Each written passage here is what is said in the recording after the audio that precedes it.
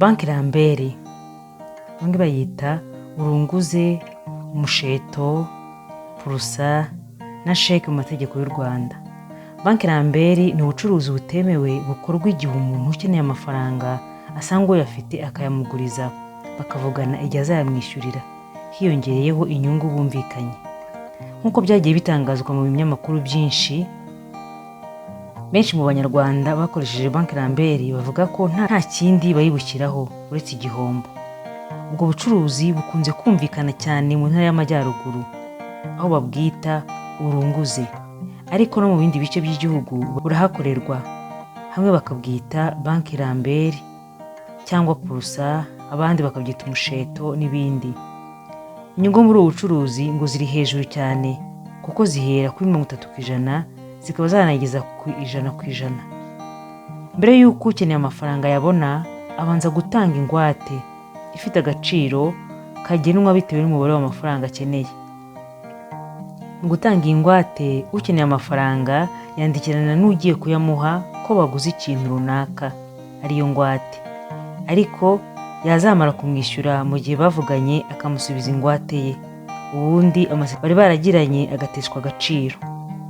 Nshuti bakunzi ba P4 TV Official, akenshi abakeneye amafaranga basabwa gutanga ingwate y'impapuro za banki, sheke, iyo umuha amafaranga baziranye.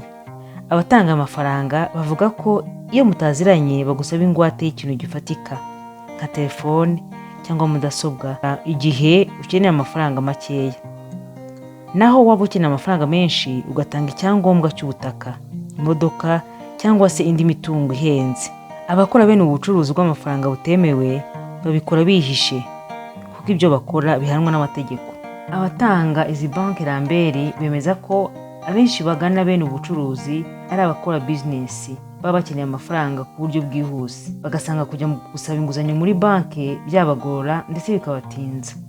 Icyakora aba bakora ubucuruzi bw'amafaranga bavuga ko bugenda bugabanuka kubera ko leta yahagurukiye kubirwanya no guhana ababifatiwemo. Ikindi cyateye ubucuruzi kugabanuka ngo ni icyizere cyagabanutse mu bantu, aho abenshi bagiye bafata aya mafaranga bakambura abayabahaye burundu. Abenshi mu bafata bene izi nguzanyo bavuga ko gufata ariya mafaranga bifite ingaruka nyinshi, cyane cyane izi zikurikira.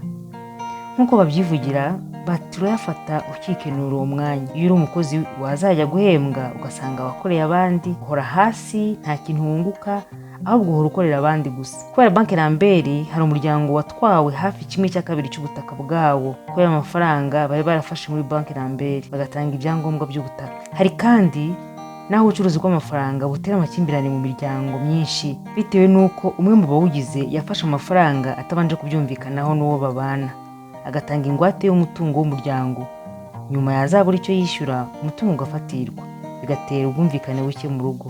Iyo uganiriye n'abaturage bafata amafaranga mu buryo bwa Banki Lambert bakubwira impamvu ituma batabireka ari uko ari bwo buryo bworoshye bwo kubona amafaranga igihe yakeneye byihutirwa. Twakwibaza kuki Banki Lambert idacika kandi ari icyaha gihanwa n'amategeko.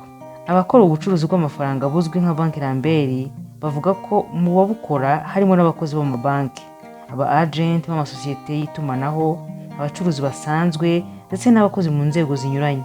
Abasaba amafaranga mu buryo bwa Banki Lambert bo bavuga ko bahitamo ubu buryo kubera ko ubundi buryo bwo gusaba inguzanyo mu mabanki bugorana kandi bugatinda. Abanyamabanki nabo kandi bavuga ko kugira ngo banki guha inguzanyo ibanza gusuzuma niba uzabasha kuyishyura, ari nabyo bituma gusaba inguzanyo muri banki bitinda. Abasesenguzi nabo bavuga ko banki zari zikwiye kujya zisuzuma dosiye z'abasaba inguzanyo z'amafaranga make ku buryo bwihuse kugira ngo abakeneye amafaranga make bayabone bidatwaye igihe. Baravuga bati nta wabura kuvuga ko kuba bigoye kubona inguzanyo muri banki ari kimwe mu bituma Lambert yiyongera, kuko biramutse byoroshye cyane cyane nko ku nguzanyo z'amafaranga make abantu ntibajya muri Banki Lambert. Mu bindi bihugu byateye imbere bahuza amakuru ku muntu nka mobile money yawe ahantu hose winjiriza amafaranga, ku buryo baba bafite amakuru ku mafaranga winjiza bakaba babiheraho baguha inguzanyo. Abahanga mu by'ubukungu bavuga ko ubucuruzi bugira ingaruka ku bukungu bw'igihugu kuko ari ubucuruzi bukorwa butazwi, butagira aho bwanditse, ku buryo leta itabasha kubusoresha. Ikindi kandi ngo niyo habaye ikibazo hagati y'ababukoranye ubwo bucuruzi, hakabaho gufatira imitungo ifite agaciro katangana n'umwenda yafashe ikamuhombya, icyo gihe abera ikibazo leta. Hiyongeraho kandi ko ayo mafaranga acururizwa mu ntoki ku buryo ntawamenya aho yacurujwe, inyungu ziba zayavuyemo. Ibi byose bikabarwa nk'igihombo ku bukungu bw'igihugu. Uburyo amategeko y'u Rwanda ahanamo ibikorwa bya banki Lambert, ahenshi mu kubihana hifashishwa ingingo y'171 y'itegeko nimero 68/2018 ryo kuwa 30/8/2018 riteganya ibyaha n'ibihano muri rusange. Igira iti: umuntu wese ukora ubwambuzi akoresheje ikiboko cyangwa agahato, agasinyira undi, akamuteza igikumwe cyangwa agahabwa inyandiko iyo ari yo yose irimo cyangwa iturukaho umwenda, uburonke cyangwa ubwishyu abakoze icyaha, iyo bihamijwe n'urukiko ahanishwa igifungo kitari munsi y'imyaka 3 ariko kitarenze imyaka 5 n'ihazabu y'amafaranga y'u Rwanda itari munsi ya miliyoni 5 ya miliyoni 3 ariko atarenze miliyoni 5. Arimo muri iyi ngingo murumva ko bidasobanutse neza, kubera ko muri banki Lambert nta gahato kaba karimo, ahubwo uyifata kenshi niwe ujya guhendahenda uyitanga ayimusaba. Bikaba bigoranye rero kumuhamya iki cyaha. Gusa hari naho mu kuyihana bakoresha ingingo y'174 y'iri tegeko igira iti: kwihesha ikintu cy'undi hakoreshejwe uburiganya.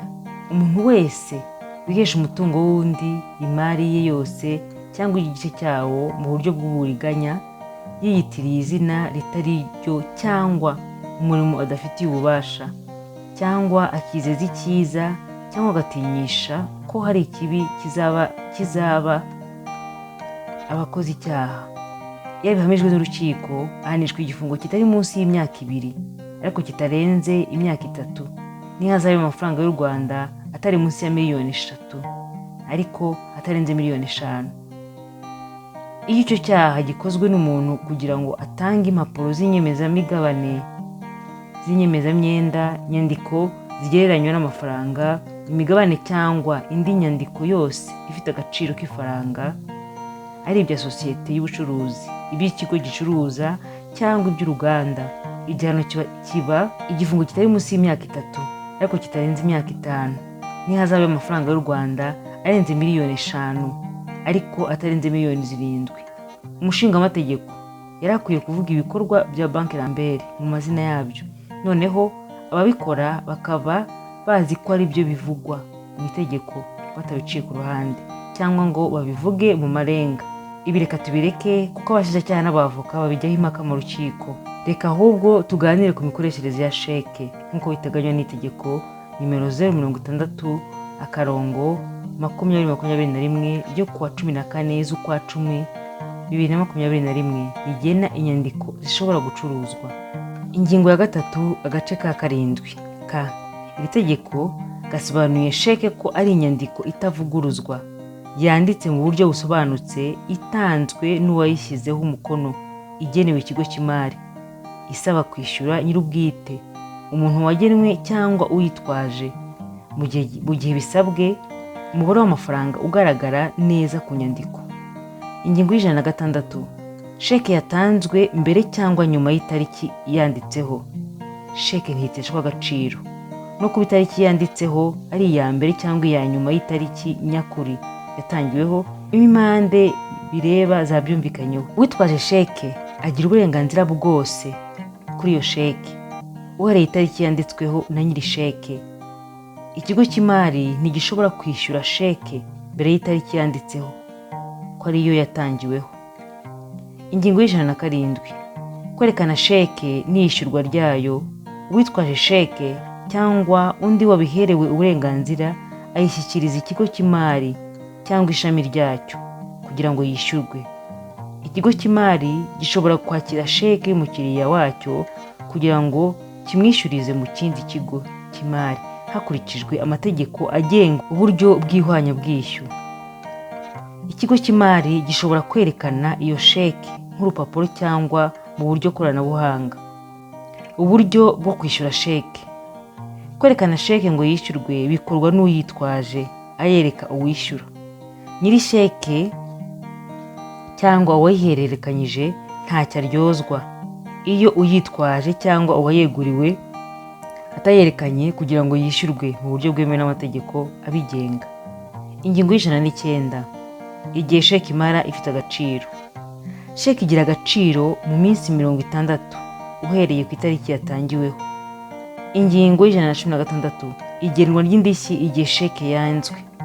Iyo sheke yanzwe, amafaranga y'indishyi agengwa n'amategeko y'igihugu cyaho amasezerano agomba gushyirirwa mu bikorwa. Ku ngingo y'126. Gutanga sheke itazigamiwe.